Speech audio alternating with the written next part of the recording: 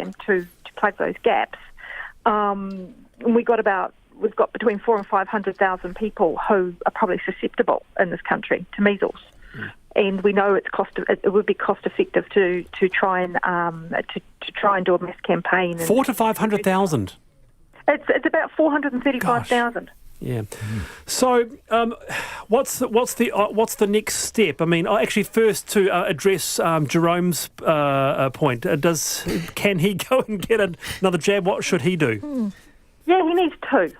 Oh, okay. So, was it Sally that was saying that there's no problem having an extra one? So if you're not sure and you can't demonstrate that you've had 2, go and have one. All right, okay. Now, Sally, do you want to say something? No, I was just going to say, people who have got measles, how unwell do they get in today's current society once they get a diagnosis? Well, it's a bit of a spectrum, but in this last outbreak, there's been a higher than usual rate of admission to hospital. So I think it's over 40% of this latest lot have landed themselves in hospital, which means they're pretty sick. I know there've been intensive care admissions, so that's really, really sick. And in past outbreaks, it's been around 15%. So, yeah, that means you're pretty sick. All right, very good. Thanks very much for being with us there. That's Helen Petrusas-Harris, the Director of the Vaccine Data Link and Research Group at the University of Auckland. Now, just on a final note, it's been 1 week anniversary since we had Linda Hallinan on the panel, and she made some outlandish comments about not liking the butter melting on her toast. Look, let's not open up old wounds. But today we're looking at a story out of Japan where the latest culinary craze is to perfect the art of making toast. In Japan, it's made from a shukapan, which is soft white loaf bread. Mitsubishi has brought out a $400 toaster. Well, it's more than a toaster, it's a bread oven. Meanwhile, if you prefer eating out, Centre, the bakery in Tokyo's upmarket Ginza district, provides a range of toasters that diners can choose from. Toast in Japan is an art. How do you like your toast, Jerome, and is it an art in your household? No, it's not an art in my household because we have to have gluten-free toast because we've got 2 people with celiac. So any chance I can have bread outside, like proper bread, I take it. I mean, there's nothing wrong with gluten-free. It's fine. It just does not taste the same. It does not taste the same as a good proper loaf. Okay, so whenever you can, you get out of the house to get good toast. Yeah, absolutely. I'll dine at restaurants by myself just for the pasta and pizza if I can, because I just can't get it at home. Now, what about you, Sally Winley? Are you a toast person? I do enjoy Vogel's toasted with a whole, like about a centimetre thick of butter and peanut butter slapped on top of that, and that is just delicious with it all running over the side. Or, how's this for another random one? If I'm working late and stabbing away at my laptop, I like to have chilli sauce and cheese on the top of it. Chilli sauce and cheese. Yes. Do you think that something like toast, Jerome, should be raised to the status of an art? I think, well, if anyone's going to do it, the Japanese are going to do it. I mean, they took folding paper and turned that into an art. You know, Yeah. They managed to do it with raw seafood. It's incredible. It's incredible. Yes. It's a great An nation. art, Sally? Definitely. All right. Hey, you have both been great. Sally Winley and Jerome Chandrahasan traversed a lot today, and fantastic having Troy with us as well. Troy the Labrador. Wonderful. I think he enjoyed it. Very good indeed. He's All having right. a snooze. See you, folks. Thanks to Julia Moffat who put the show together, and I'm back Monday 3:45. Checkpoint next. Bye.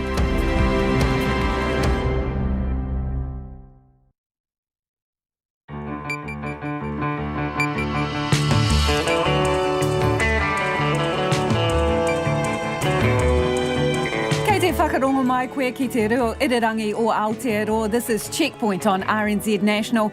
I'm Lisa Owen. Tonight, the massive explosion that rocked a Christchurch suburb and beyond, utterly destroying one house and damaging several others. 6 people, some critically injured, were pulled from the rubble.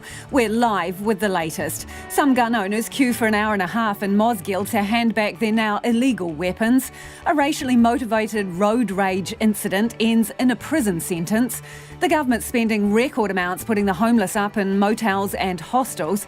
We have an update on the story of a severely disabled teenager waiting on a more hospitable state house. And golfer Ryan Fox tees into the history books at the British Open. RNZ News at 5. Kia ora ko Susana Leatawa tēnei. One person is in hospital in a critical condition and one has been transferred to Middlemore Hospital in Auckland as a result of the huge gas explosion that destroyed a Christchurch house today. 3 other people are in hospital in a stable condition.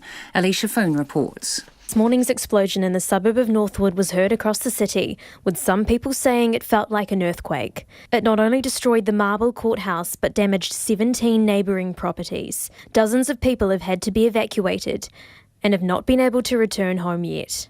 Cordons are still up around the area and the police say 6 streets are closed until further notice. Power and gas also remain switched off in the area. WorkSafe and the police are investigating. This is Alicia Foon.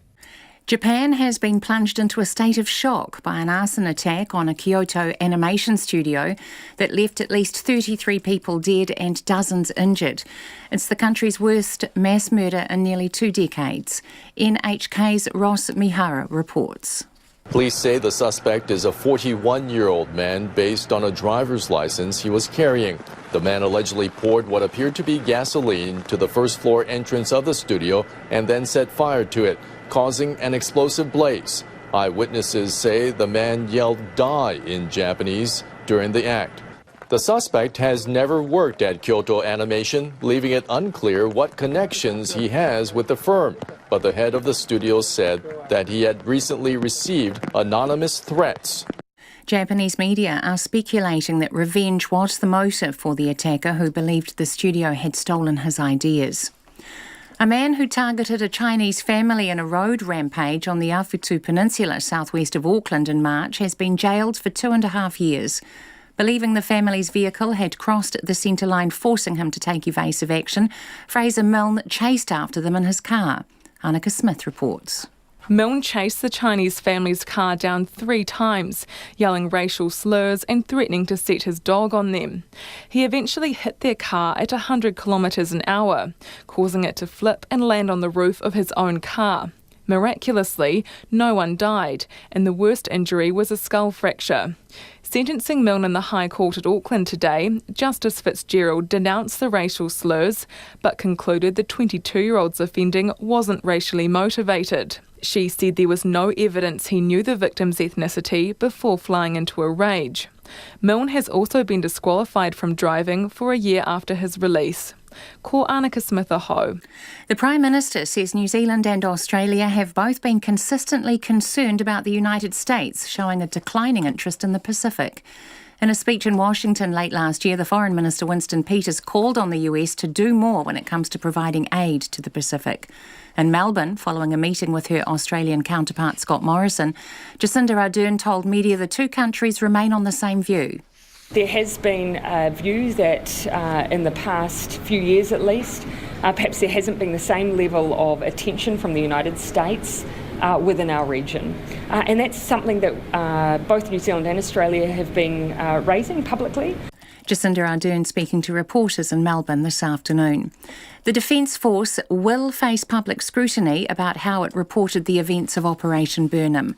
In a just-released decision, the government inquiry into the 2010 military operation in Afghanistan says that because the force made firm public statements about there being no civilian casualties, it should explain itself in public.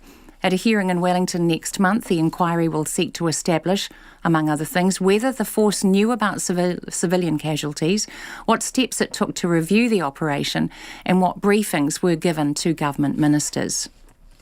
About 90 people have handed in firearms at the first buyback event in one of the country's strongest gun ownership areas. Today's event was held at the Taiaru Rugby Club in Mosgiel, 20 minutes drive from the home of the alleged mosque gunman. More than 30,000 licensed firearms owners live in the Southern Police District, which comprises Otago and Southland. That's about 1 in every 10 residents. The district commander, Paul Basham, says the event went well. We want to thank the members of the community that have come along today and been so positively disposed to the process. We understand that for some of them it's been a difficult day, but overwhelmingly they've engaged constructively and positively, which has meant it's made our job just that much easier. Paul Basham says in addition to the buyback, 6 firearms were handed over as part of an amnesty. Dunedin will host 2 more buyback events over the weekend. It's 5:05. England netball coach Tracy Neville says she had no preference as to whether her side played New Zealand or Australia in the semi-finals of the Netball World Cup in Liverpool. The Silver Ferns' 50-49 loss to Australia in their final pool match last night means they'll play hosts England on Sunday morning. Didn't even have a preferred option. I think New Zealand and Australia, I think they're both running well at the moment.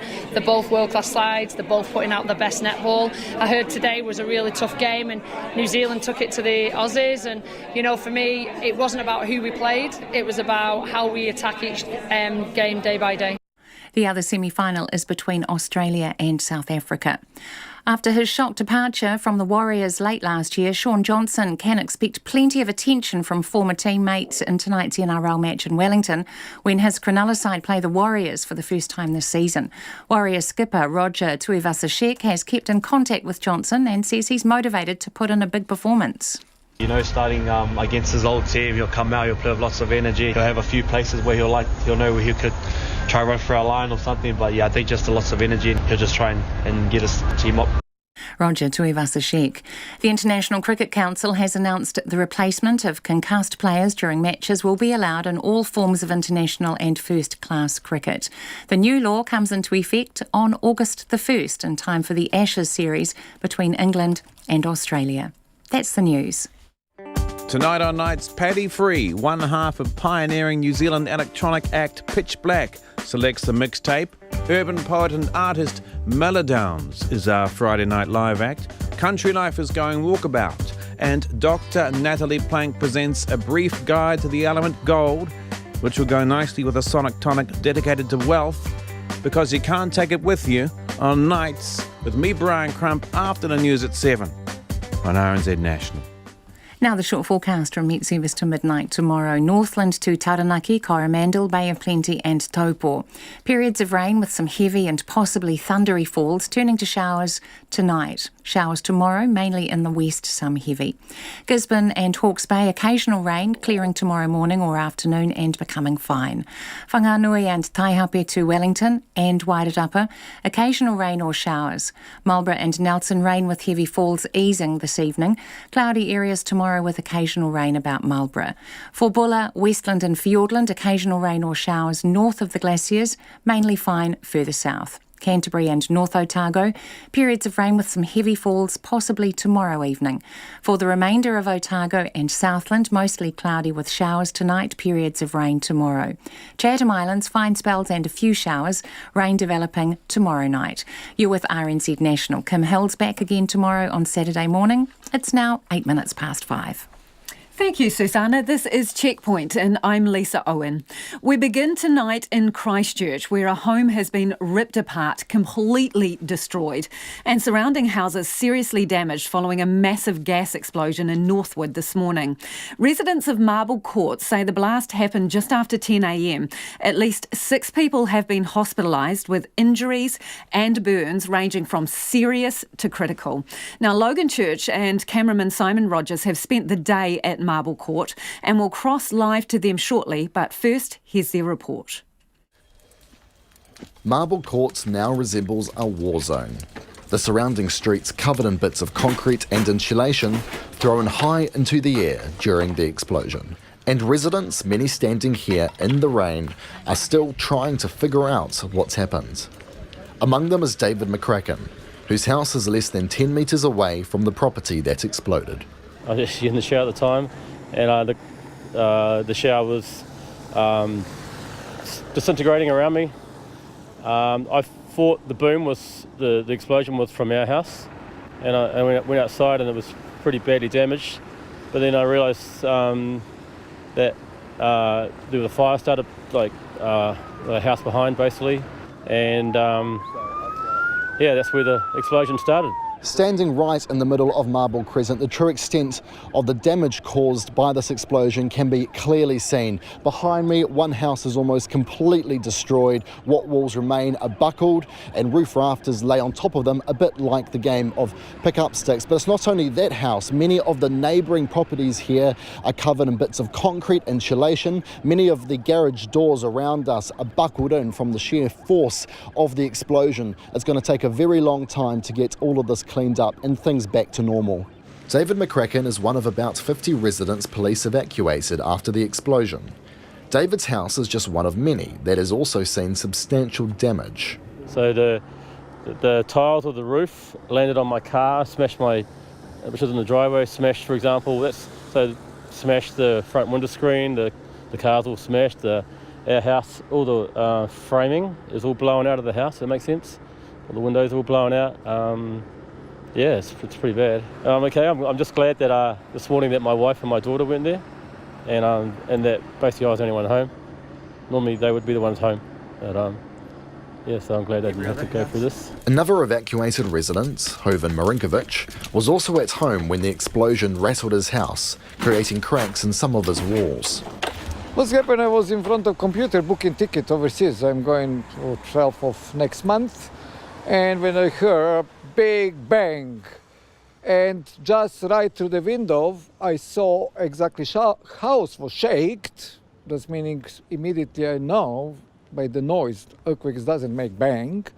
And looking over there through the window, and I saw lots of paper, small paper, and on the sky, very, very high. And I know that it's explosion. He put on his jandals and ran to investigate. I was running with my jandals and having another jacket with hat and vest got below. And even didn't think about to take shoes, just jandals, socks, running over there. And coming to the place was flame behind the house, gate was over there. Somebody was already on the behind gate and asking help. St John's Craig Downing says those injured were raced to hospital, and some of them were in a critical condition. We have treated a total of 6 patients at the scene with the help of our fire service colleagues, and we've conveyed those 6 to hospital. They are in a range between serious and critical in their condition. Earlier today, Fire and Emergencies Area Commander Dave Stackhouse confirmed the explosion was caused by gas. What we've been responded to today is a gas explosion which has significantly damaged one of the houses in Marblewood Lane. What we're doing at the moment is we've transported some injured parties to hospital and we're now doing damage assessments on the properties, and we've isolated electricity and gas supplies. Now, if you were listening, there's some utterly remarkable pictures in that story from Logan, and many of them were filmed by a tradie, James Lawyer, who helped dig the injured out of the rubble. He says the survivors who were trying to crawl free were stunned and deaf from the explosion. James told me he was just a few houses away laying carpet when the earth shook. A huge bang just popped off, and we're looking, come out onto the road and had a look around, and there's a big, pretty much cloud sitting above one of the houses with heaps of smoke pouring out of it. So we thought, just jumped in the van and shot down there with 2 of the other guys that I worked with. So we popped down there and peeked over the fence, and there was rubble everywhere all across the road and everything. So we were looking in there and had a look over the fence, and there's just a whole house just pretty much collapsed into one big pile in the middle, and there was 5 people inside. They're all pretty much all underneath all the wood. So me and the boys just hopped the fence and started pulling all the wood off them and carried out as many as we could see, and then got a couple of hands from a few other people that are around and got a couple of the guys out of there, and found a few more people around the other side of the house and pulled them out. And then everyone's sort of safe on the lawn. They couldn't really hear what we're saying. They're pretty deaf from a big bang. So So, James, just so we can appreciate this, when you say that the house was, it was rubble, what do you mean? What's left of it?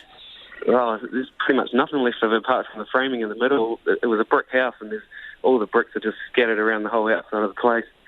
So, there's absolutely nothing left of it. Even the next door neighbour's exactly the same. All the bricks are caved in, all the windows are gone, the garage doors are all caved in. So when you realised that there were people still in there, you climbed over, and what? Did you have to dig away at the debris, or what was it like? Yeah, we had to pretty much start digging for them. Like, there was framework all over top of them. Half of them were trying to crawl out of it. Another lady's just laying down on the ground underneath of it. The 2 guys that I worked for, just straight in there, no hesitation, just started pulling all the wood off them, and just natural instinct to just get in there and help them and get them to safety pretty much. So they were in essence buried by the collapsed house? Yep, they're just sitting in there underneath nothing. Like, the roof is just absolutely blowing straight off the roof, scattered around the whole street. Yeah. So about what age do you think the people were in the house? Were there any children? There was 5 in there. No children. Everyone was probably, what age do you reckon? Yeah, pretty much 55 to 70. And how did they... All in their pyjamas. Yeah. How did they seem? No, they were absolutely in shock. Like, we were looking straight at them and they couldn't hear anything we were saying. Their pretty much eardrums are pretty much popped and their eyes are all bloodshot. They're just in shock, just didn't know what to do. Yeah, they're just scared, laying there, just asking for help, pretty much. So how hard was it to get them out of there? No, it wasn't too bad. Like, there was a few of us there, so we're just helping each other out. Just getting it done, ripping everything out of the way. Was there a fire at the property as well? Could you see smoke or flames or anything? Yeah, in one of the videos I've gone back around at the end, and there's a big fire that's gone alight in the middle of it all. There's one in the front room that I could see. Yeah, the fire department got there pretty fast, so they're all on top of it and it's all out. So could you smell anything? Control pretty fast. Could you smell anything, James? Yeah, you could definitely smell a lot of gas through there. Yeah. So gas, you think? It's definitely a gas leak by the sounds of it. So do you think that this house, its exterior was brick? Yes, yep. Because it looks like, I don't know, a bunch of matchsticks discarded. There's not much left to it, yeah. Can you get your head around that? Because you're in the street, you know what the houses look like, and then this thing is just reduced to a pile of junk. Yep, pretty much nothing left. Just one pile sitting in the middle. You go around the front, you see the cars all crushed in the front. So there's no garage door left or nothing. Front doors flying off. So you mentioned some damage in neighbouring properties. How did those houses fare? Oh, we got told to leave pretty soon after, so we started walking down the street back to the van to just go around the corner to finish our job. So we're looking at the houses just down the road, and bricks are off the walls. There's garage doors caved in, probably 50 to 100 metres down the road. Yeah. So all James, the window framings all popped down on some of the houses and all sorts of stuff. Yeah, gutterings falling down. You say you were, about 100 metres, you reckon, from the explosion when it happened? Yep. What did you feel and hear at that point? We were sitting in the garage having smoko, we just pretty much thought it was an earthquake. It was just hopped out of the garage. We were sitting having our lunch, and just looked straight down the street and you could see it. There's just like pretty much, big bursts of flames and smoke just sitting up in the air. And, So did the garage you were in, did it move? Could you feel any movement in the house? Every house in the whole street, everything was rattling. Yeah, people were feeling it all the way out in Templeton and stuff. I've heard. So it's pretty full on. So what initially flashed into your head? What did you think it was? I thought it was an earthquake. Everybody that I was with on this job site just ran straight to the road. Everybody else in the street was coming out, seeing what's going on. So, yeah. How many of you were there, James, that went down to help? There were three of us, yeah. Yeah, and I imagine it all happened in such a rush, and you did what was needed. Now, what's going through your head? It was just had to go, pretty much, see what was going on, and as soon as you see someone in trouble, we just got in there and helped them out. You can't really do... it's just a bit of a shock to us as well, just hopping over to see that. I bet. Well done, you guys, for helping out.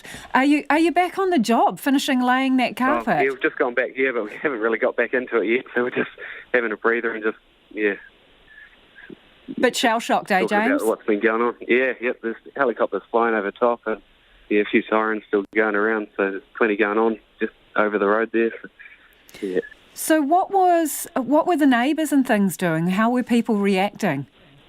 I actually couldn't see many of the neighbours come out of the houses that were there, but a few people come out from down the street and just started walking down, and the whole road's just covered in like pretty much stones and gravel and brack pretty much.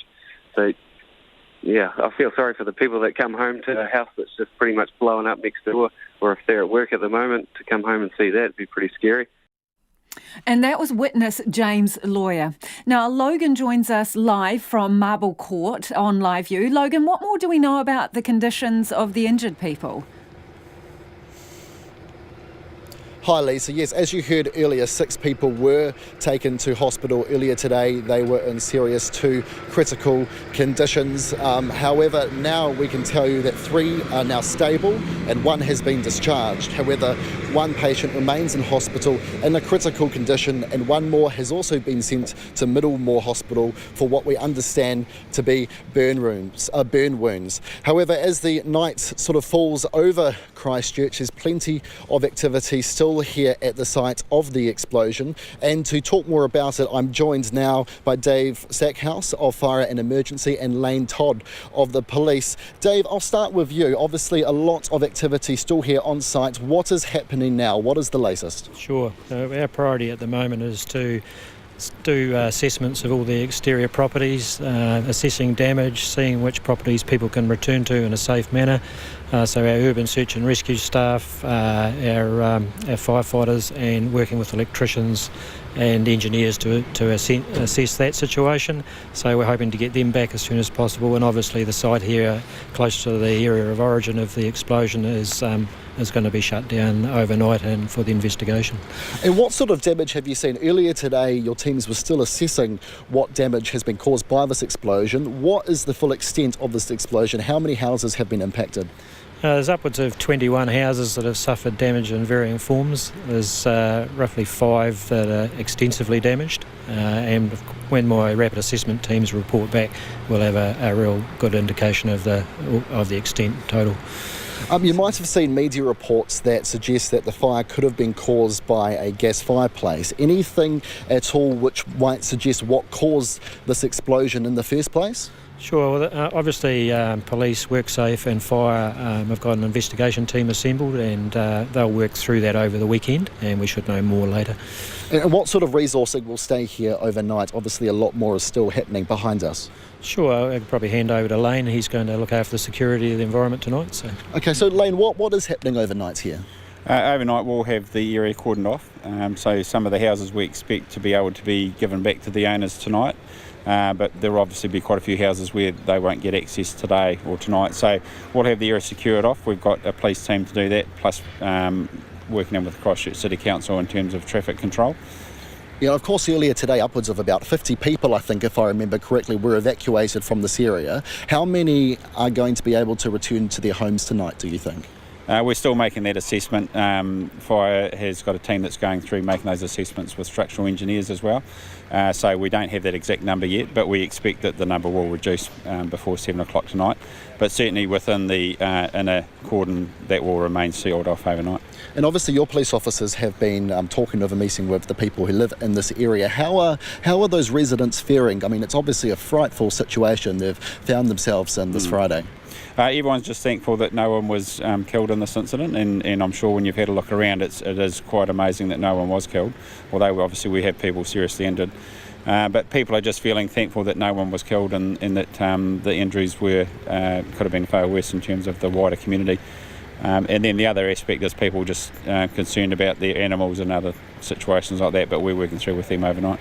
Thank you, Lane Todd and Dave Stackhouse. We will obviously be here throughout the night, Lisa. There's still a lot of work happening behind us. We can still see debris on the roads, so a lot of work here, and we'll be back with you after 6 o'clock.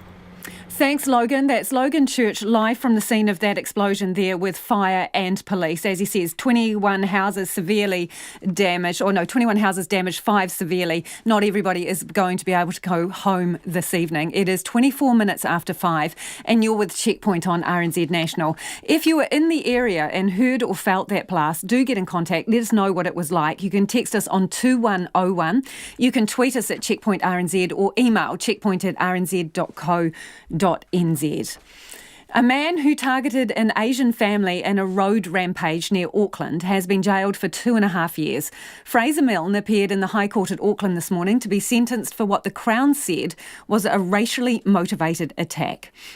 It all started when the 22-year-old crossed paths with a Chinese family who were on a weekend outing at a Whitu Peninsula last March. Our court reporter Annika Smith filed this report. Fraser Milne believed the family's car crossed the centre line and swerved his vehicle off the road and into a fence. Enraged, he chased them down not once but 3 times. Throughout the ordeal, he shouted and swore at the family, hurling racial slurs and threatening his dog would eat them. On the third encounter, he deliberately clipped their vehicle while travelling at 100 kilometres an hour. It flipped and landed upside down on the roof of his car, sending 2 children aged 10 and 12 flying out the window. Miraculously, no one died, but the impact would be long-lasting. These are the words of the father of the Chinese family, but not his voice. We have been living in New Zealand for many years. The fresh air, the friendly people, we have felt safe. Since the crash, though, I cannot get over what happened. New Zealand is such a beautiful country, but people like the man are worse than Americans with a gun. Milne's victims weren't in court this morning, but they spoke through Crown Prosecutor Jasper Rhodes.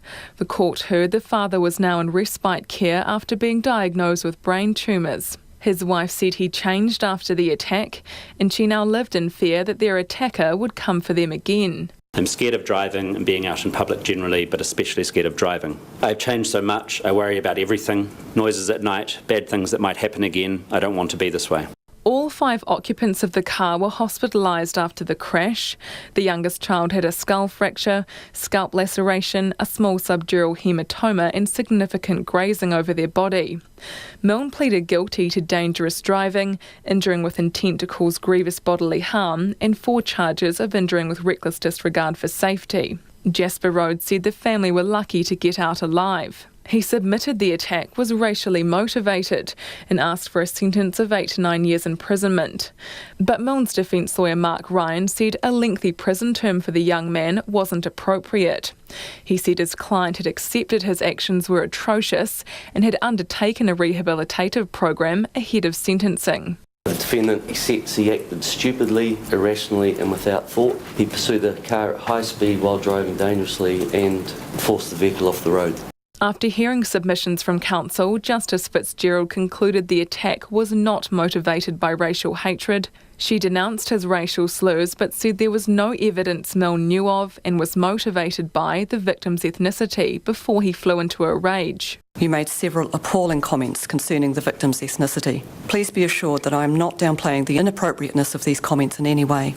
They were abhorrent.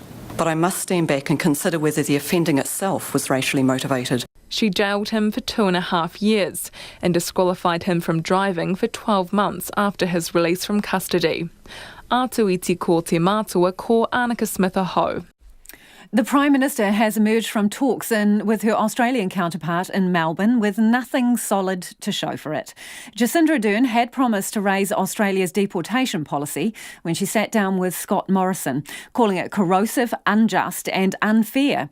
But as expected, the rhetoric has failed to bear fruit. Australia is not backing down. Our Deputy Political Editor, Craig McCulloch, has been in Melbourne for the 2-day trip. To add to the collection. This is for Neve, it's not for you. Yeah, but for Australian animals. A warm welcome from the Australian Prime Minister and a toy rabbit for baby Neve. Scott Morrison and Jacinda Ardern meeting in Melbourne for a catch-up, concluding the Prime Minister's 2-day visit to the city. Excellent. We'll come in. Great, thank you. Thanks, guys. Thank you.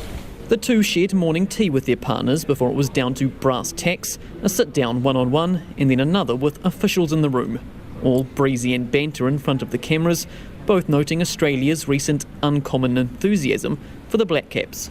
I'm not sure if New Zealand would have done the same had been the roles been reversed. I can't count on that necessarily. But behind closed doors, the two had thornier matters to navigate. Prime Minister Morrison, just one quick question. We're having a meeting. We're going to talk to each other. Ms Ardern went into the meeting describing Australia's deportation policy as corrosive, in particular the practice of deporting New Zealanders who've spent most of their lives in Australia. New Zealanders look at this policy and just think that's not fair dinkum. But as expected, no progress. Australia refusing to budge. I mean, the issue ultimately for them is that they are within their rights to undertake this policy. Ms Ardern says she won't let it go, will continue to press the matter. But that's where it will stay. Just talk, no retaliatory action. I don't think two wrongs make a right, so we'll just continue to advocate and make this point. And I think that's what New Zealanders would expect. The conversation was wide-ranging, covering both countries' Iraq deployment and China's influence in the Pacific. On this side of the ditch, Australian media have observed disquiet in the financial sector, increasingly worried by the New Zealand Reserve Bank's actions. But Ms Ardern won't say if officials raised the matter during the sit-down. What matters to me is whether or not it was raised by PM Morrison, and it wasn't. Ms Ardern returns to New Zealand tonight. The two leaders will cross paths again at the Pacific Islands Forum next month. From Melbourne for Checkpoint, Craig McCulloch. And now let's go live to Melbourne to our Deputy Political Editor, Craig McCulloch, because this trip doesn't have a happy ending. Craig, what's happening? Good evening, Lisa. Yes, I am at Melbourne Air Base, and I can tell you we are not going to be leaving on the plane in which we came. We arrived here about an hour ago, not long after we were told that the Air Force Boeing 757 won't be leaving. It has broken down. The details of exactly what went wrong aren't yet clear. The plane, you may remember, had problems immediately ahead of this trip. For a while, we didn't know whether we were even going to be able to get off the ground. We were told the day before that last-minute repairs had been carried out, and we got the all clear. Apparently, there are problems again. We're not sure whether they are the same problems that have us grounded. I understand that the Prime Minister is being moved last minute onto commercial flights. We here, media, are trying to do the same. So at the moment, we wait and wonder. Good luck, Craig. Put your thumb out early. That is Craig McCulloch, who is looking to hitch a ride back from Melbourne after the Prime Minister's plane has broken down. And tonight we've got an update on the story of a severely disabled boy and his family who say they've been waiting 7 years for a fully accessible state house, and the wait, they say, is compromising their son's health and quality of life. The 19-year-old, who we call Harmy to protect his privacy, has spastic quadriplegia, global development delay, is fed through a tube and is totally reliant on others for his care. His carers and advocates say the Mangere State House the family currently lives in is freezing, not fully wheelchair friendly, and is too small for vital equipment that they believe that the long wait for a suitable house is a breach of Harmy's basic human rights. Here's a reminder of his story. Dad's gentle tickling is Harmy's wake-up call. He's rewarded with a giggle and a wide smile. Shower time, though, will not be met with the same enthusiasm because this house is not Harmy's friend. What do you think of this house? Is it right for your son? This house is not right. Hard. But we need a good house enough for my son. So your boy now, can he walk? No, he can't walk. Can he see? Can't see. This is a proud, private family, but they've invited us all behind closed doors to see their daily battle with this house. It's shower time. Harmy is stripped in his bed and then lifted by two people onto a bed bath. It's a cross between an elevated mesh sun lounger and a hospital gurney. He's covered with a towel as his carers manoeuvre him out of the bedroom and down the narrow hall to a very small bathroom. And it takes some manoeuvring. They juggle the bed, gently tuck his feet in and protect a jutting elbow. And then use an open door opposite the bathroom to get their angles right to get him into the shower. Sound tricky? It is. This is absolutely appalling. It is completely unacceptable. It is not okay. It hasn't been okay since day one, and 7 years later it is still not okay. When do we as a society accept our responsibilities to actually provide for those people who have the highest levels of need? You may remember that yesterday MSD declined to come on the program and Housing New Zealand didn't respond to our interview request, but we think this is an important story. So we asked several government ministers with portfolios or interests relevant to this family's situation to come on the program today and talk about it. Housing Minister Megan Woods declined our invitation. Opeto Williams-Seal, the Minister for Pacific Peoples and also the family's electorate MP, was unavailable. We requested an interview with Carmel Sepuloni, who's the Minister for Disability Issues and Social Development, radio silence from her office, and Chris Farfoy, the Associate Minister for Social Housing. He declined our interview request too. But his office told us he is aware of the issues and is keeping a watch on it. And they directed us back to Housing New Zealand, who again refused an interview. But they did send a statement just before we came to air, saying this is a complex, multi-agency issue. They say they understand and accept the family needs help. And they say Housing New Zealand is searching, quote, hard and fast to find a suitable house.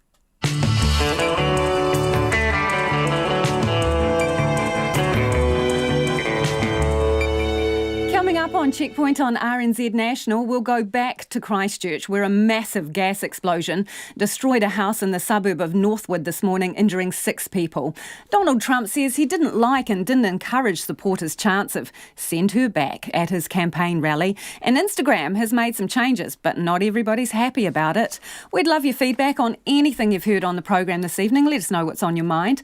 Tweet us at Checkpoint RNZ. You can text us 2101 or type us a little email at checkpoint@rnz.co.nz. Let's get to the slightly late headlines with Susanna.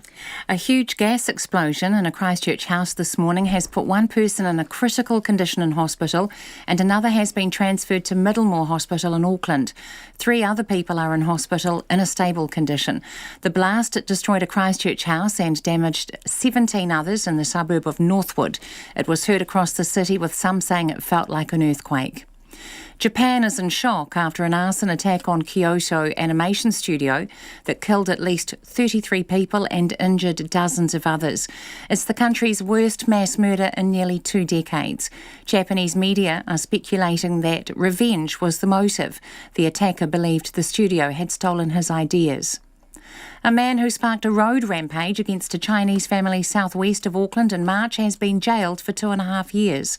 Believing the family's vehicle had crossed the centre line, forcing him to take evasive action, Fraser Milne chased after them in his car, shouting racial slurs. Eventually, he slammed his car into theirs at speed, causing it to flip. Police in Otago, Southland are pleased the first Firearms buyback event in one of the country's strongest gun ownership areas today has gone well. About 90 people have handed in their firearms at the Tairi Rugby Club in Mosgiel, 20 minutes drive from the home of the alleged mosque gunman. More than 30,000 licensed firearms owners live in the Southern Police District, about 1 in every 10 residents. The Defence Force will face public scrutiny about how it reported the events of Operation Burnham. In a just released decision, the government inquiry into the 2010 military operation in Afghanistan says that because the force made firm public statements about there being no civilian casualties, it should explain itself in public. Persistent rain in the Tasman district has forced the closure of 8 roads or lanes. Residents are being asked to drive with extreme care and conserve water in their homes. Tasman District Council is warning residents to avoid touching surface water, which may be contaminated with wastewater. And in news just to hand, the Air Force Boeing 757 has broken down in Melbourne, as we've heard already on Checkpoint, stranding media and forcing the Prime Minister onto a last-minute commercial flight. Those are the latest headlines on RNZ National. Our next news and weather update is at 6. Thanks, Susanna. Lucky the Prime Minister was able to hitch a ride. Let's hope our reporter is just as lucky. Let's go now to business news with Kim Savage. Hi, Kim. Hi, Lisa. We now know more about what went on behind the scenes of AMP's bid to sell its life insurance business to the global insurance firm Resolution Life. What have we found out? Yeah, well, you might recall that earlier this week, AMP came out and said that its deal to sell its life insurance business it was a multi-billion-dollar deal, was actually in jeopardy because of what it said was a blocking by the Reserve Bank due to some of the regulations that the Reserve Bank was saying that this deal didn't quite meet the threshold for. So what's happened is the Reserve Bank has today released some of the background around its decision-making on this case and why it's essentially rejected the deal, coming out saying that the Resolution Life, this big global company that was looking to buy the business, first approached the RBNZ back in September last year. And it was at that point that the RBNZ gave advice to the company, which said that it didn't quite meet these requirements being that the company had to have local assets ring-fenced here in New Zealand for the benefit of local policyholders. AMP actually had an exemption from that. It did have a local branch, but it didn't have to meet those regulations. So it was essentially hoping to pass on that exemption to Resolution Life in this deal, and the Reserve Bank has rejected that. But Resolution Life has only applied for formal approval last month. So the RBNZ saying that it was turned down because it didn't comply with the rules. And the bank said it did give all of the guidance required at the time last year as they were putting the deal together. And basically the Reserve Bank saying it's the company's fault that this deal looks like it's now going to fall over. And AMP says that it does now look unlikely to go ahead and that it's very disappointed with that. It was really banking on these proceeds to help compensate customers who'd been burnt by being ripped off for being charged for services that they hadn't received. That was all something that came out as part of the Royal Commission into Banking across in Australia as well. So certainly AMP not particularly happy about this decision, but the Reserve Bank saying it's the company's fault for not considering what regulations are required when they were coming up with this deal. OK, well, let's stick with the financial sector. And so a New Zealander has been appointed to NAB, which the parent company of BNZ. Yes, Ross McEwen is his name, and he's just come from the Royal Bank of Scotland, in fact, where he's been since 2013. So before that, he was in Australia at the Commonwealth Bank over there, and then before that, he was the head of First NZ Capital here in New Zealand and AXA as well. So he's got a fairly extensive CV here, Australia and Scotland as well, before going to head up NAB. He will receive a salary of $2.5 million, which is comparable to what other bank chief executives get, and it's a fair bit of money. He'll probably have to earn every cent of it. NAB, you might recall, was fairly hammered by that Royal Commission into banking over in Australia. The chair, and Ken Henry, and the chief executive, Andrew Thorburn, in fact, actually quit earlier this year after being told by the Commission they were singled out, saying that they hadn't actually learnt lessons from the misconduct from the bank. And so this really shores up, I guess, the leadership of NAB, BNZ's parent company, and gives them some clarity about the road going forward. So he'll take up his position sometime in the next few months. And a quick trot around the markets. Taking a look at the NZX Top 50, up 12 points, just 0.1%, finishes today at 10,753, and the New Zealand dollar at 67.8 US and 95.1 Australian. Thanks, Kim. That's Kim Savage joining us this Friday with Business News. About 90 people have handed in firearms at the first buyback in the south, an area where 10% of the population are firearms owners. Southern District's first firearms buyback was held in Mosgiel today, only 20 minutes drive from the home of the alleged March 15 gunman.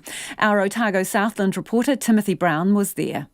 A steady stream of firearms owners made their way to the Taieri Rugby Club on a workday to hand over their guns.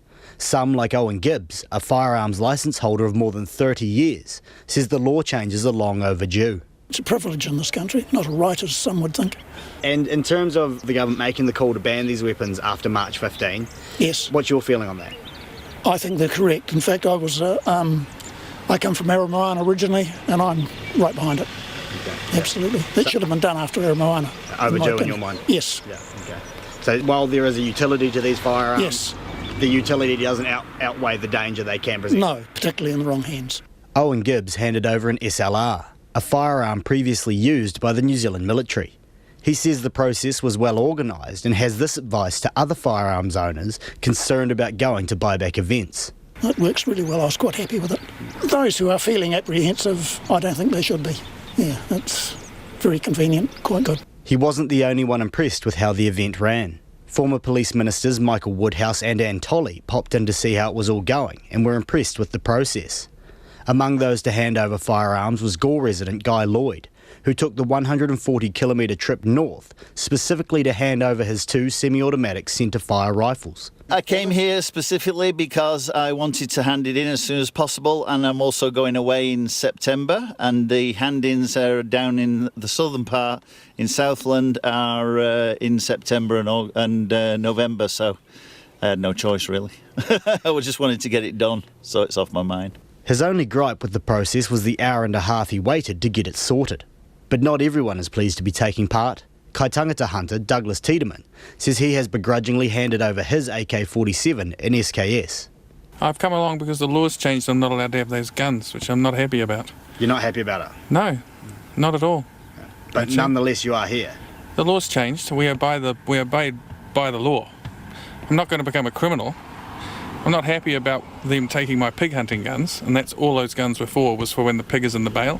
Mr Tiedemann says his firearms kept him safe when hunting larger boars. He says the government has ignored the rights of lawful firearm owners and in the process made pig hunting a more dangerous prospect. We were walked over. It's like they just changed the law overnight without any caring. It's like a dictatorship. This government doesn't seem to care about due process. I think everybody should be allowed a gun licence unless they have some sort of violent history. Do you agree that the world, though, has changed since March 15? No, I don't think that we should all be punished for the actions of one man who wasn't properly, in my mind, vetted. But Southern District Commander Inspector Paul Basham says police had no issues and he thanked the public for the part they played. It's important that we acknowledge that these people are coming along looking to do the right thing, even though many of them understandably have, or in some cases, quite a sentimental attachment to what is now a prohibited weapon. So good on them for coming along and engaging as they did. Mr Basham says in addition to those taking part in the buyback, 6 firearms were handed over as part of the amnesty. 2 shotguns, 2 .22 calibre rifles, a handgun and a slug gun. Dunedin will host 2 more buyback events in the city over the weekend. In Mosgiel, for Checkpoint, Timothy Brown. It's about 5:45 and you're listening to Checkpoint on RNZ National. Government spending on emergency housing at hostels and motels has reached its highest levels ever. Latest Ministry of Social Development figures show $34 million was spent between April and June this year. That is up nearly 230% from the same time last year. The government says it's responding to an urgent need, but community support groups say things are getting worse with no end to the problem in sight. Nita Blake-Person reports. In the 3 months to June, the government handed out more than 23,500 emergency housing special needs grants. Just a year earlier, that figure was less than 9,500. The value also increased dramatically from $10.4 million to $34.3 million.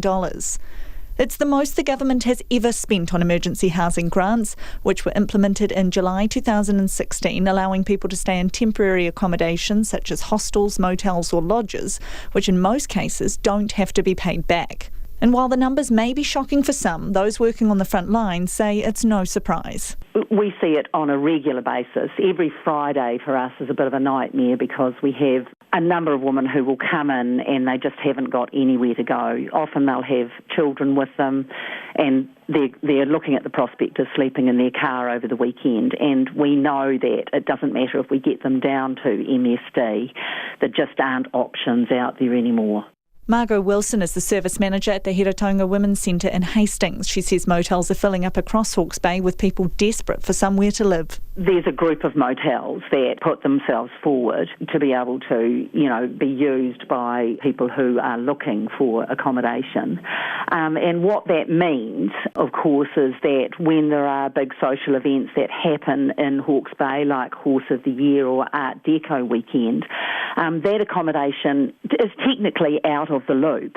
And so what happens is that those people are given essentially notice, they have to move out, and then there isn't anywhere for them to go at all. The problem isn't limited to one region, but Auckland Action Against Poverty spokesman Ricardo Menendez-March says things are particularly bad in our biggest city. Well, while benefit levels remain relatively stagnant, the average price of rents across the country has been increasing as the cost of living in other areas. So many people are simply just falling behind, resorting to either having to apply for hardship grants in order to meet the cost of rent or being pushed out of their homes because private rentals are not affordable for low-income earners and beneficiaries. The average value of grants being given to hostels and motels in Auckland rose from $1,182 in September 2017 to $1,568 in March this year, an increase of around 25%. He says moteliers are profiting as people struggle in poverty. More and more people are waiting longer to go into a state home, and moteliers are profiting off the housing crisis by charging exorbitant rates for a motel that often won't meet basic criteria such as having, cooking facilities or being suitable for families. The Salvation Army's Major Campbell Roberts says the problem is going from bad to worse. People going into emergency housing and into this type of housing are not in permanent housing. They're just in situations which are not really adequate, and yet it's costing us more and more money. And it's a result of consistent failure to actually produce the number of housing for low to mid to moderate income families in New Zealand, and hence we've got this huge now expenditure on emergency housing, and it's just getting us nowhere. And he's not convinced that there are any government policies in place to boost social housing or solve widespread problems with the rental market. There's nothing in the pipeline at this stage that is going to solve this situation. So that's the worrying thing.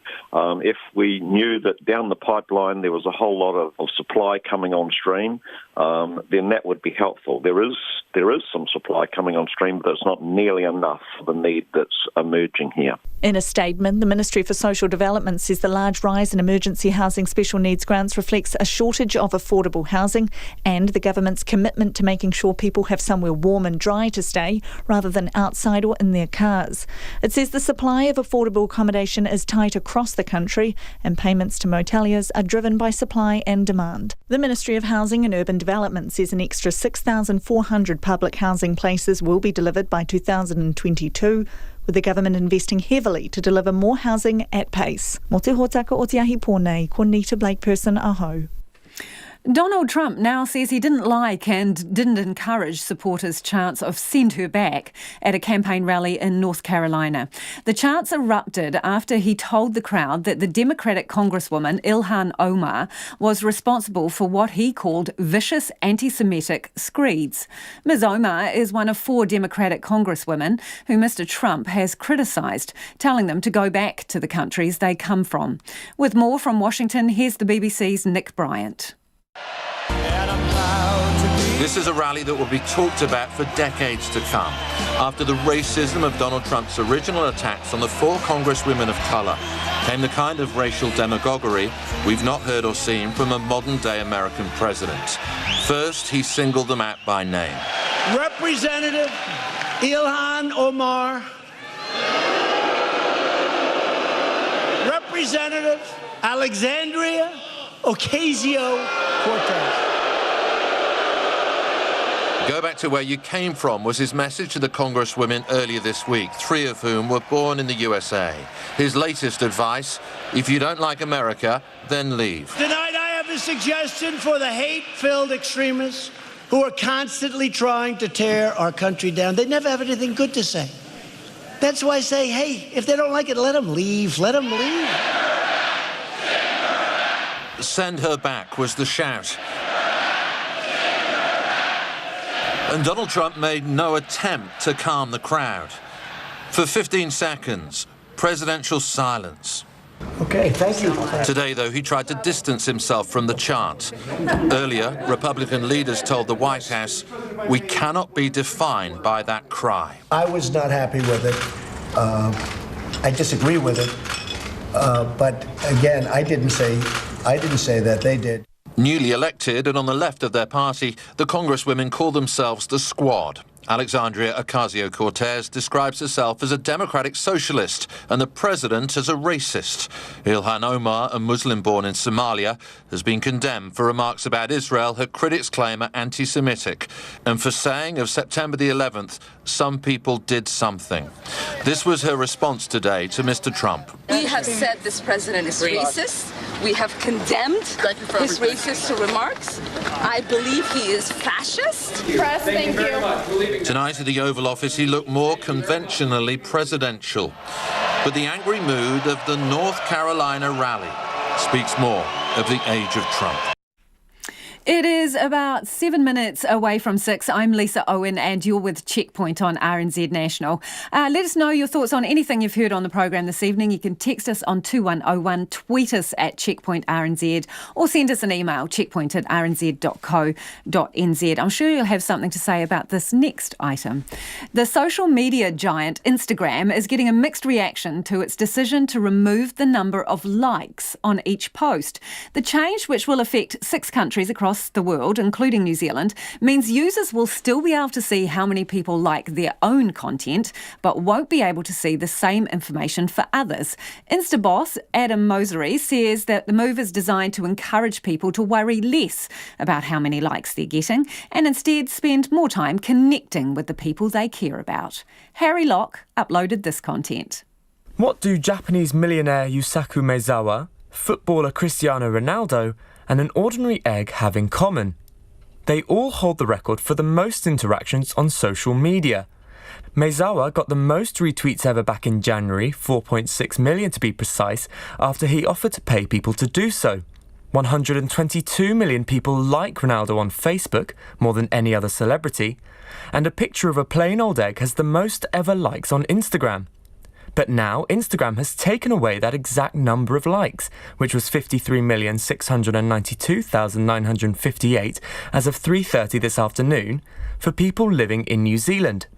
So how do Instagrammers like this change? When Wellington Instagrammer and blogger Lucy Revell found out about it, her first instinct was to ask what her 12,000 followers thought about it. The overwhelming response I got from people is that they're really happy about the change. They're really excited. They feel like it's going to take the pressure off them. Even if they didn't know there was a pressure, they feel like there has been a pressure coming off of them. And that's really positive. Instagram says the decision was made as part of their action plan on digital well-being, prompted by increasing concern around the mental health of users, who might be getting consumed by the amount of double taps their latest Insta gets. The platform hopes it will get users to focus on the photo, not the likes. And Lucy thinks if that means more people feel encouraged to use Instagram, it can only be a good thing.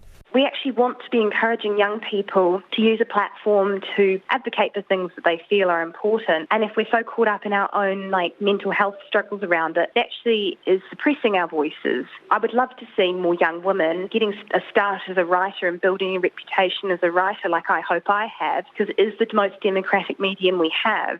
But political scientist Lauren Rosewarne from the University of Melbourne is less convinced Instagram's move is anything more than a PR move. Look, I think it's an example of the pressure that they're under to do something. I'm not sure that it's a bad policy, it's just that it's not a policy that answers a policy problem. Dr. Rosewarne, the author of the book Intimacy on the Internet, Media Representations of Online Connections, says social media giants aren't putting enough action into the issues that really matter. Was anyone really saying that this was the greatest problem with social media? If you think about the kind of things that researchers as well as policymakers have been really upset about in terms of inaction from these platforms is not in the space of do I feel good using social media, but things that like data privacy as well as trolling and harassment, and that isn't being corrected with this. A real-life effect of losing likes is the impact on the bank balances of the so-called influencers, who are paid to hawk consumer goods on social media. Without likes as a measure, how will companies know who is best at selling their products on the gram? According to Julian Thompson, head of strategy at Mosh, an Auckland-based social media marketing agency, such companies shouldn't be looking at likes in the first place. We have never really placed a lot of emphasis on what we call vanity metrics, like likes. For the companies and brands and agencies that are already having a bit more of a thoughtful approach to this, it doesn't really make any difference because, you shouldn't really be focusing too much on post likes as a key metric. Part of the problem with likes is around click farms, where social media users essentially pay for people on fake accounts to like their picture. It's hoped that removing the numbers might put an end to the dodgy practice. However, scrapping likes in New Zealand and select other countries is just a trial. Instagram will be looking to see how much users like the change before it goes global. Logging off, Harry Locke. Right, we've had an update from the police on the explosion in Marble Court. This is in Northwood, Christchurch. They say they're basically working hard to ensure evacuated residents can return to their homes. Safety experts have been going from house to house within the outer cordon area to ensure that these homes are safe for people to return, says the Canterbury Metro Commander Superintendent Lane Todd.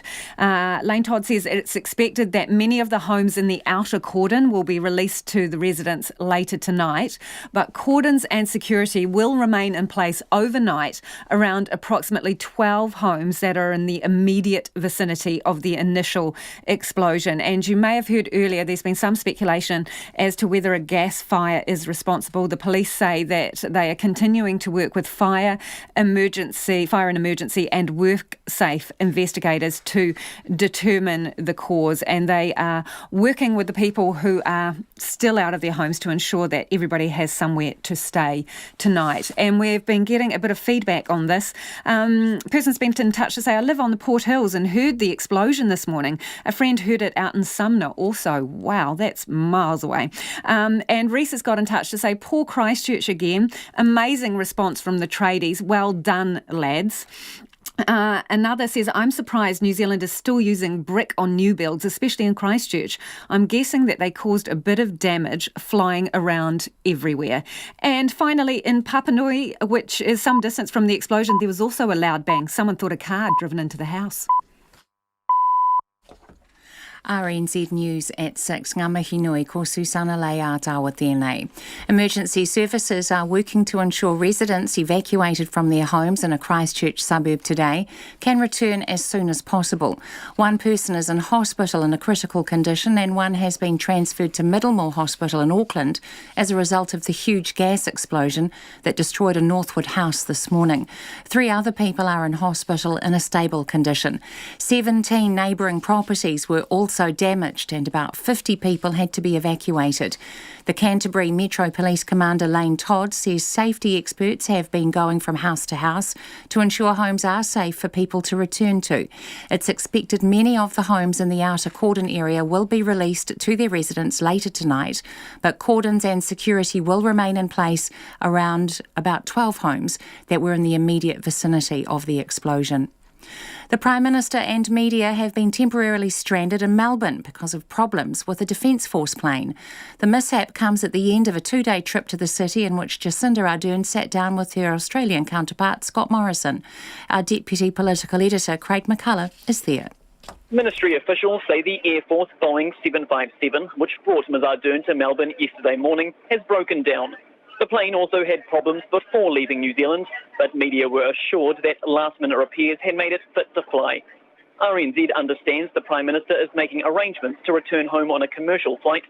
The former Prime Minister John Key ran into similar problems in 2016 when a 757 broke down in Townsville, Australia.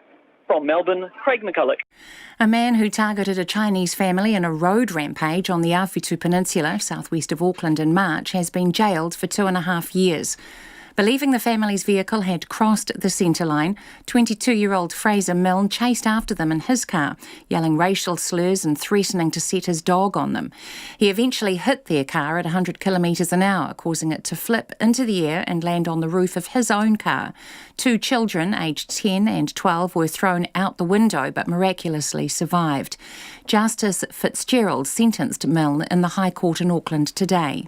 You made several appalling comments concerning the victim's ethnicity. Please be assured that I am not downplaying the inappropriateness of these comments in any way. They were abhorrent. But I must stand back and consider whether the offending itself was racially motivated. Justice Fitzgerald says it's extraordinary the victim's injuries weren't worse. The younger brother of the Manchester Arena bomber, Salman Abedi, has appeared in court charged with murdering the 22 people killed in the attack. Hashem Abedi was detained in Libya shortly after the May 2017 suicide bombing at the Ariana Grande concert. The BBC's Dominic Kashiani reports. Hashem Abedi sat impassively in the dock as the clerk read out the names of the 22 people killed when his brother detonated the Manchester Arena bomb. He spoke only to confirm his name, date of birth and British nationality. The prosecutor, Catherine Selby, told the court that Mr Abedi allegedly bought 2 of the chemicals needed for the homemade bomb and a car to store them in. It's also alleged that he made the detonator tubes for his brother. Zafar Ali QC for Mr. Obeidi said his client had been held in solitary confinement in Libya since May 2017 and he'd been tortured. The 22-year-old, he said, would be pleading not guilty at trial. Dominic Kashiani in London. The Biosecurity Minister says the upgrade of clunky and outdated legislation will lay down tougher laws regarding the movement of animals from farm to farm. Damien O'Connor has today unveiled plans to upgrade the National Animal Identification and Tracing Act, or NAIT. It's to be done in conjunction with a two-stage overhaul of the Biosecurity Act. Mr O'Connor says the Mycoplasma bovis cattle disease highlighted flaws in the NAIT scheme, which links data on people, property and livestock. He says tougher laws will also bring harsher penalties for non-compliance. Penalties will go from $10,000 maximum up to $100,000 because blatant abuse of the NAIT Act contributes to, the spread of disease in New Zealand. The inability to trace that, because as we've found with M. bovis, means that the costs are huge. Farmers with cattle affected by the disease have so far been paid more than $50 million in compensation. An Auckland police officer who crashed his car on the way to an incident has been charged with careless driving. The 49-year-old appeared in the Auckland District Court today. The police allege he crashed while driving carelessly on Ngāhua Drive in the East Auckland suburb of Stonefields in January. He's still working as an officer. A human rights lawyer says it's likely a widespread practice that police are breath testing people in their homes whom they suspect of drink driving. Dunedin barrister Michael Bott has confirmed some officers in the city have been turning up to people's houses, sometimes long after they get home, and breath testing them. Hamish Cardwell has more. The law says a police officer cannot legally conduct a breath test in someone's house unless they're invited in and the person consents. Michael Bott says officers have to be engaged in what's called a hot pursuit, or be following right behind a driver to be legally let in. He says they can't just turn up 30 minutes or an hour after a person gets home and take a breath test, something he thinks is happening regularly. The police say they are not aware of officers deliberately entering homes without informed consent, and any such action would be treated seriously. This is Hamish Cardwell. A baby has been confirmed with measles in Hawke's Bay. The District Health Board says the infant, who is too young to have been immunised, contracted the highly contagious disease while visiting Auckland and is now in Hawke's Bay Hospital. The Medical Officer of Health, Nicholas Jones, says public health officials are working with the family and other known close contacts to ensure those who have not been vaccinated against measles stay in isolation. It's 6 minutes past 6. All Blacks coach Steve Hansen concedes his side is most vulnerable early in the season and believes Argentina will be confident of scoring their first ever win over New Zealand on Sunday morning. The Pumas should rate their chances in Buenos Aires with 13 players in the starting 15, having played for the Jaguares in the Super Rugby final. The All Blacks are also resting several first-choice players, with 5 debutants in the matchday squad. Hansen says the All Blacks often start the season slowly. History tells us the first test we play is always hard work. We've got a group of players who are coming from 5 different franchises and you're trying to cram it into a really short period of time. So whatever we do on Saturday will improve from this for sure. Steve Hansen. The Silver Ferns will have to topple Commonwealth Games gold medalists and hosts England if they're to reach the Netball World Cup final. New Zealand lost their final pool match 50-49 to Australia to set up the semi-final clash against England, while Australia will play South Africa for the other place in the final. Ravinda Hunia reports from Liverpool.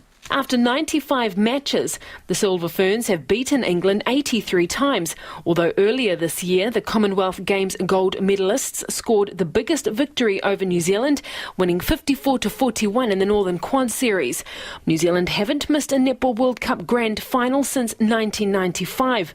A win over the Roses this weekend will ensure that record is secure for another 4 years. From Liverpool, Ravinda Hunia tēnei. And that's the news. Tomorrow morning, the artist who turned the Auckland War Memorial Museum into a giant iceberg is about to do the same to the UN building in New York.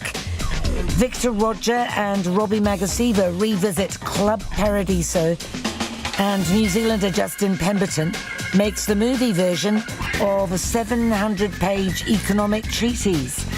Join me, Kim Hill, tomorrow morning from 8 on RNZ National. Now the short forecast from Met Service to midnight tomorrow. Northland to Taranaki, also Coromandel, Bay of Plenty and Taupo. Periods of rain with some heavy and possibly thundery falls turning to showers this evening. Showers tomorrow, mainly in the west, some heavy.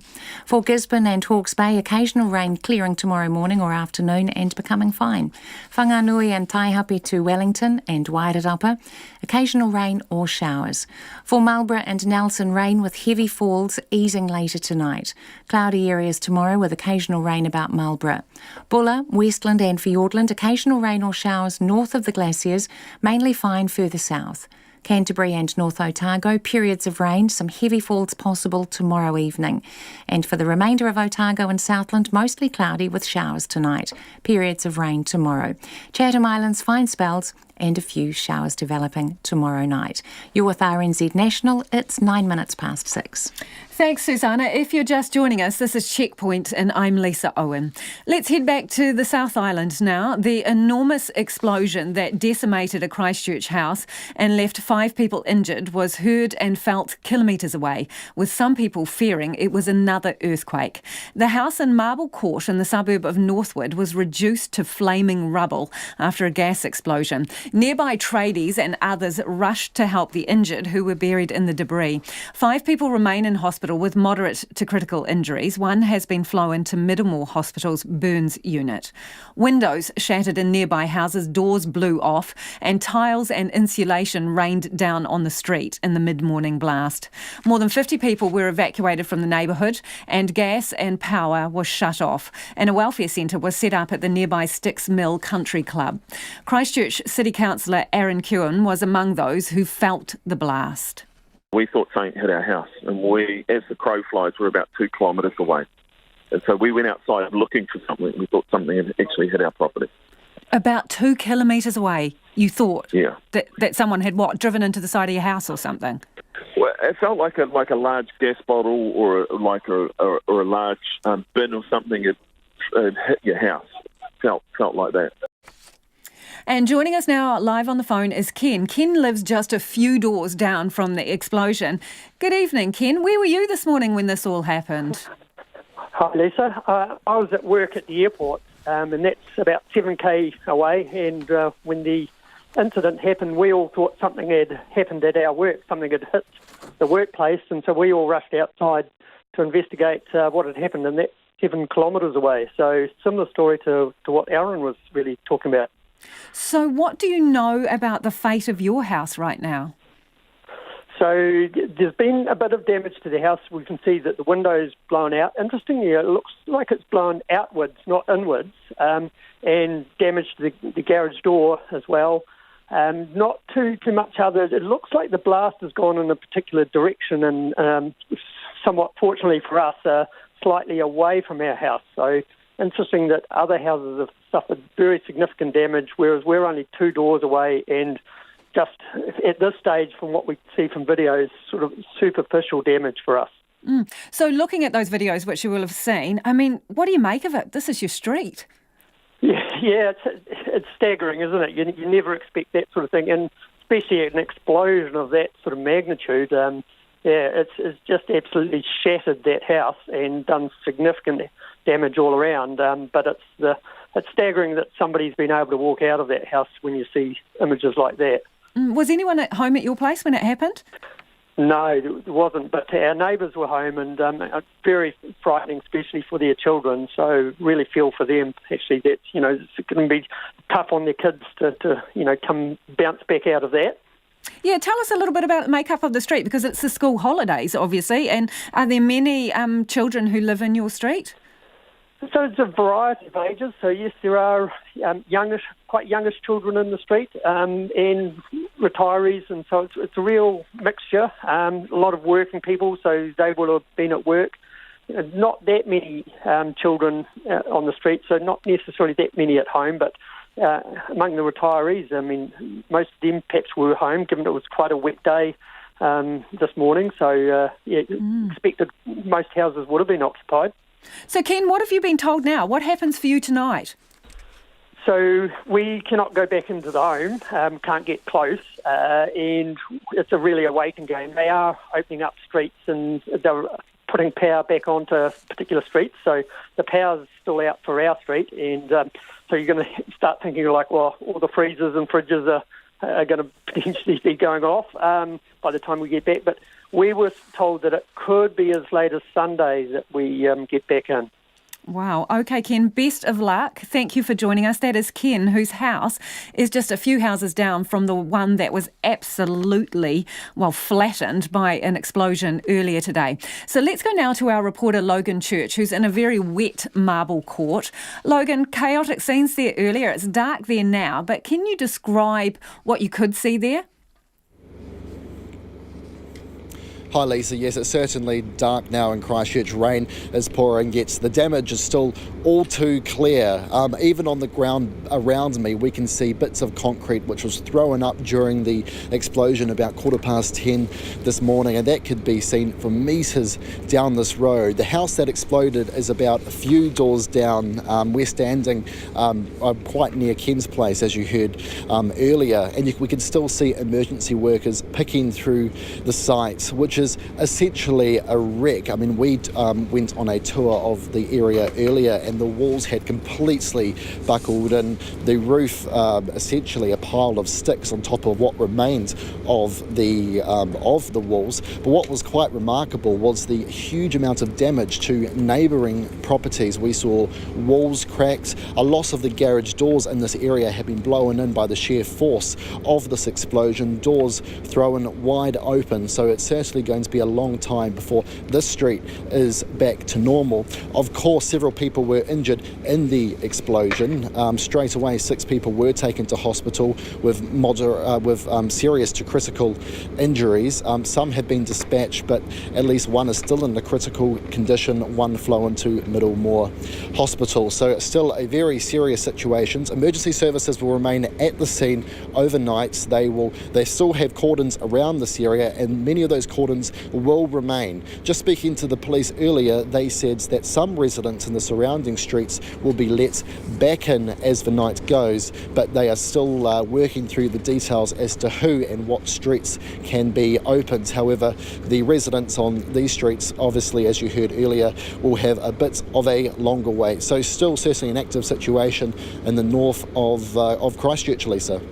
Thanks for joining us. That is Logan Church, our reporter down there in Christchurch, who spent much of the day in Marble Court, where that explosion occurred at around 10 a.m. this morning. The man charged with stealing 9 guns from a Palmerston North police station has pleaded guilty. And it's been revealed he was actually planning on taking 26 guns on April the 25th, but was interrupted by police and left most of them behind. Alan Harris admitted to taking the guns in the Palmerston North District Court this morning. Our reporter, Laura Dooney, was there. Yes, well, during the court hearing today, Judge Lance Rowe read a summary of facts outlining what police had accused Harris of. And reading that, the court heard that Judge Lance Rowe says Harris was passing by the Palmerston North police station when he looked over a fence and saw an open garage door. So he went in and kicked open a second door to get into the exhibits room, and there he helped himself to 26 guns, ammunition and cannabis. Now he threw the goods over a fence into a property next door and left to get his car, and as the judge explained, when Harris returned, he started loading the guns into his car. You were seen by police, so you stopped what you were doing and took off with the ammunition, the cannabis, and 9 of the firearms. The rest were left behind and recovered by police. You distributed the firearms amongst associates. Now, it was initially thought and reported that Harris had got away with 11 guns, but police later confirmed he'd taken 9. Now, police have tracked down 8 of those guns and the ammunition, but 1 gun is still missing. All right, just remind us, because this burglary did cause a bit of a shake-up for the police, didn't it? What resulted from this? Yeah, that's right. Obviously, having someone walk in off the street and take these guns wasn't a good look for the Palmerston North police station or for police in general, especially because at that time people had started to bring in guns that were now illegal under the new laws introduced in the wake of the mosque shootings in Christchurch. Now, it was said by Deputy Commissioner Mike Clement at the time that the guns weren't in what he called a strong room. Now, in the aftermath of this, the Police Commissioner Mike Bush ordered an investigation into how Harris was able to enter the police station, and he ordered an immediate audit on security of firearms in police stations across the country. So what happens next? We've had the guilty plea. What next? Yes, Harris has been remanded in custody and he will be sentenced in September. And that was our reporter Laura Dooney there. The police have responded to today's guilty plea. In a statement, Acting Central District Commander Inspector Chris DeWatner says, "We are pleased to be heading toward the final stages of the court process and will continue to work through that. As we have previously said, the burglary at the Palmerston North Police Station on April 25th, 2019 was unacceptable. A number of steps have been taken to improve both the physical and security processes, and a critical incident review is ongoing to determine what further steps are required." It's almost 6:20. You're with Checkpoint on RNZ National. Auckland's Ryan Fox has broken a 148-year-old record and surged into contention at golf's oldest major, the British Open. Fox shot 29 on his last 9 holes, the lowest back 9 in the tournament's history, to card a first round 3 under par 68 and to be in a tie for third, 2 shots behind the leader, American JB Holmes. The Open was first staged in 1860, and while a sub-30 score has been shot on the front 9 many times since then, nobody had ever done it coming home. Fox was 3 over after his front 9, but birdied 6 of his last 7 holes to create golf history. The son of rugby's former All Black, Grant Fox, playing in his 4th Open, had missed the cut in his previous 7 regular tour events. He says he asked his caddy during the round if anyone has shot 29 for 9 holes in a major. His caddy replied, "Shut up and just hold the putts." Fox spoke to the Open's Mark Tompkins after his round and says his secret to a record-breaking back 9 was simple. I just hold some putts, to be honest. I played great the front 9, hold nothing, had a 3-putt and literally hit 2 bad shots, and I got hammered for them. And I was very frustrated, and it's been like that for a while. I've missed the last few cuts in a row, and I've been struggling to get out of my own way. And then on the back 9, I just kept hitting good shots and managed to not worry about the bad so much and see a couple of putts go in, have some fun, get some confidence back, and golf was a lot more enjoyable than it has been. When the weather's throwing everything at you like it has done during the course of the round as well, how much mentally stronger do you have to be to cope with that? Yeah, you need a bit of luck, to be honest, as well, I think. We had a couple of holes where it was hammering down and we got to kind of hide under the umbrella and wait for the group in front, and it's always nicer when you get to do that, or you get a downwind hole instead of an into the wind hole when it happens, and we got lucky in that regard today, but I'm sure there'll be a few guys that got unlucky and played all the into the wind holes in those squalls, and you're just trying to hang on for dear life, to be honest. There's a lot of trouble out there, there's a lot of really bad places you can hit it, and you're just trying to stay as far away from them as possible. Ryan Fox tees off his second round late tonight. 3 people are being taken to court by the Tertiary Education Commission for allegedly making false claims about their entitlements to fees-free funding. When applying for fees-free, potential students have to declare that they meet the eligibility criteria, including that they are a citizen or resident who hasn't undertaken full-time tertiary education for more than half a year, either in New Zealand or overseas. The Commission has identified about 400 false statutory declarations from about 45,000 applications and has laid charges against 3 individuals. Nita Blake-Person spoke to the Commission's monitoring manager, Dean Winter, and asked him what happens once they identify someone has made a false declaration. We have a graduated response to the false declarations that we do find, and that could be a caution or a warning or a prosecution. So far, everybody has been cautioned, and we're working through the warnings.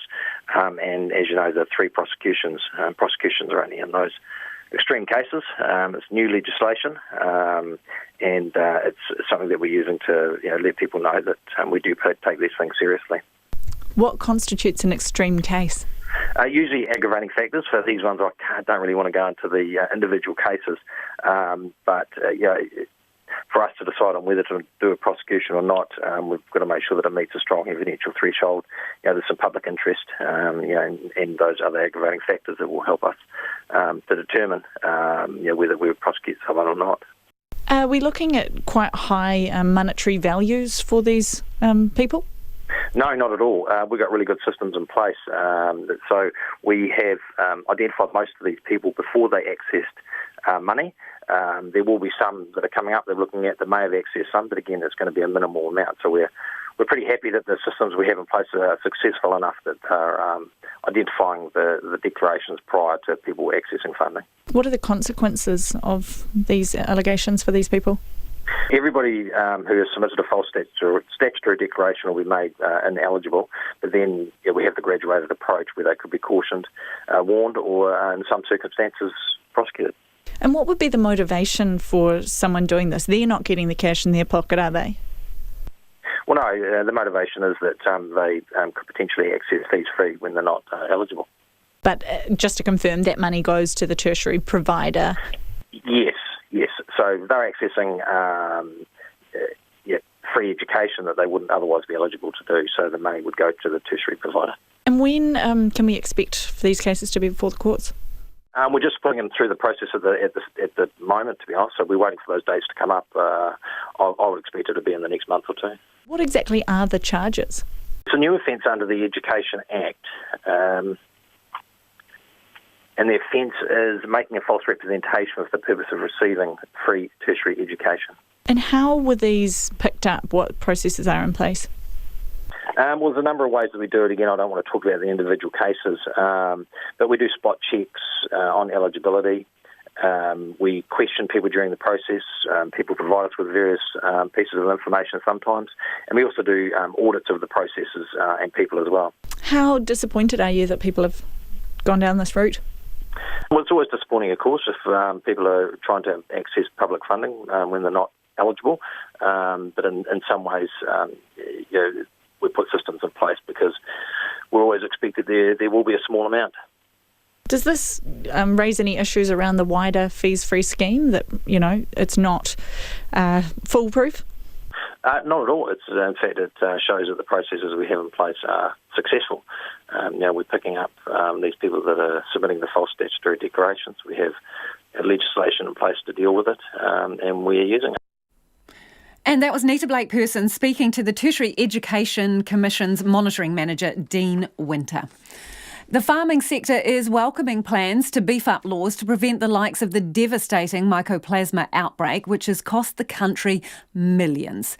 The Ministry for Biosecurity and Agriculture, Damien O'Connor, promises an overhaul of the Biosecurity Act and the National Animal Identification and Tracing Act, or NAIT, will protect the economy from future threats. Our Nelson reporter Tracy Neal was at the announcement today in Wakefield and filed this report. Tapawera farmer Roy Benjamin says bolstering the laws to prevent disease outbreaks is timely. He knows the consequences of slack rules, having been through the bovine tuberculosis outbreak. That's been one of the things we've had to deal with, was not having enough teeth in the legislation to deal with people that have ignored the majority of farmers have been doing. And so I think it will be good to have quite a bit more teeth. Damien O'Connor says M. bovis is the single biggest biosecurity threat the country has faced. It's highlighted flaws in the NAIT scheme that links people, property and livestock. He says the two-tranche approach to upgrading what he terms outdated and clunky legislation will mean tougher rules around the movement of animals from farm to farm. And they range from ensuring that numbers are attributed to properties, making sure that people don't transport stock when they're not supposed to, and to make sure that the penalties match that of equivalent legislation. It also means harsher penalties for non-compliance. Penalties will go from $10,000 maximum up to $100,000 because blatant abuse of the NAIT Act contributes to the spread of disease in New Zealand. The inability to trace that, because as we've found with M. bovis, means that the costs are huge. Farmers with cattle affected by disease have so far been paid more than $50 million in compensation, with the total value of claims assessed at just over $61 million.